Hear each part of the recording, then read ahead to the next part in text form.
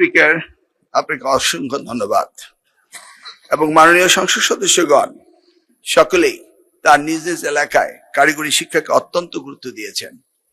এই গুরুত্বের আলোকে বর্তমান সরকার মাননীয় প্রধানমন্ত্রীর দায়িত্ব পাওয়ার পর নতুন বাজেটে আমাদেরকে এই টেকনিক্যাল এডুকেশন সেক্টরে গত বছরের বাজেটের চেয়ে আরো ৬,০০০ কোটি টাকা উন্নীত করেছেন। অর্থাৎ সর্বমোট এই টেকনিক্যাল সেক্টরে উনি ১৮,০০০ কোটি টাকা বাজেটে উন্নীত করেছেন। সেই সাথে উনি শিক্ষাকে গুরুত্ব দিয়েছেন এবং কারিগরি শিক্ষাকে অধিকতর গুরুত্ব দিয়েছেন। সেই আলোকে আমরা কাজ করে চলছি। মাননীয় সংসদ সদস্যদের প্রত্যেকের এলাকার বিবরণী দেখলে দেখা যায় কোনো না কোনো ভাবেই আমাদের বিভিন্ন প্রজেক্টে সেখানে কারিগরি শিক্ষার ব্যবস্থা রয়েছে। সংসদ সদস্য জনাব প্রস্তাবটা কি করলেন না, লিঙ্কন সাহেব না, প্রস্তাবকারী শামীম কায়সার লিঙ্কন সাহেবের এলাকাতেই ইতিমধ্যে একটি টেকনিক্যাল স্কুল রয়েছে। তবু তিনি আশা করছেন পার্শ্ববর্তী 4টি ইউনিয়ন সংলগ্ন ১,২৭,০০০ জনবহুল এলাকায় তিনি সেখানে আরেকটি দাবি করেছেন। আমাদের টেকনিক্যাল স্কুল হান্ড্রেডস একটা প্রজেক্ট রয়েছে, সেখান থেকে তিনি পেয়েছেন। এছাড়া আরেকটি প্রজেক্টে ৩২৯টি কাজ চলছে। অন্যরা যারা বলেছেন আমি আশা করি সেখানেও রয়েছে। ইতিমধ্যে আমি দেখেছি যে উনার এখানে ওই 4টি ইউনিয়নে 20টি মাধ্যমিক, 9টি দাখিল, 2টি কলেজ, একটি আলিম মাদ্রাসা, একটি ফাজিল মাদ্রাসা রয়েছে। ইতিমধ্যে আমরা সারা বাংলাদেশে বিভিন্ন স্কুল, কলেজ এবং মাদ্রাসায় আমরা ভোকেশনাল দিয়েছি। সেই ভোকেশনাল গুলোতে বৃত্তি দেওয়া হয়। আপনি শুনে খুশি হবেন যে এই ভোকেশনাল গুলোতে মাসিক উপবৃত্তি দেওয়া হয় 500 টাকা করে এবং শিক্ষা উপকরণের জন্য দেওয়া হয় 1,000 টাকা করে। ফর্ম ফিল আপ বাবদ দেওয়া হয় আরো 1,000 টাকা করে। এই যে সুবিধা দেওয়া হচ্ছে কারিগরি শিক্ষা যেন বাংলাদেশের মানব সম্পদ উন্নয়নে সাহায্য করে। আমরা জানি উন্নত বিশ্ব মানব সম্পদ ফুরিয়ে যাচ্ছে, কিন্তু আমাদের দেশে মানব সম্পদ বেড়ে চলছে। সে আলোকে কর্মদক্ষ মানব সম্পদ তৈরি করার জন্য মাননীয় প্রধানমন্ত্রীর দৃষ্টি রয়েছেন।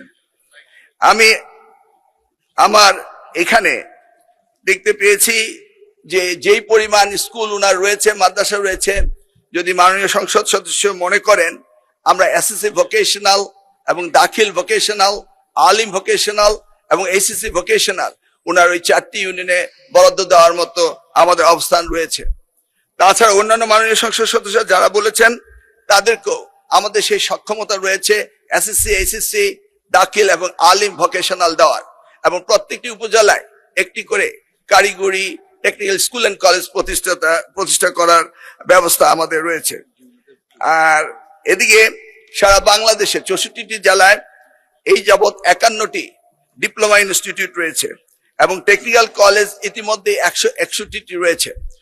তারা যদি আমাদের সাথে যোগাযোগ করেন এবং ডিও লেটার দেন, তাহলে যেই এলাকায় এই টেকনিক্যাল কলেজগুলো নেই সেখানে আমরা পরীক্ষা নিরীক্ষা করে তাদেরকে দিতে পারবো ইনশাল্লাহ। মাননীয় স্পিকার, আপনাকে অশেষ ধন্যবাদ।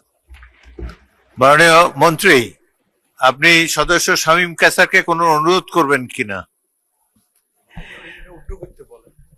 আমি উনার পরীক্ষা নিরীক্ষা করার পরে যা দেখেছি উইথড্র করার তেমন প্রয়োজন নেই, কারণ উনি টেকনিক্যাল কলেজ পেয়েছেন, আরেকটি চেয়েছেন। সেই জন্যই এই দ্বিতীয় প্রস্তাবটি আমি উনাকে বলবো উইথড্র করতে। ধন্যবাদ।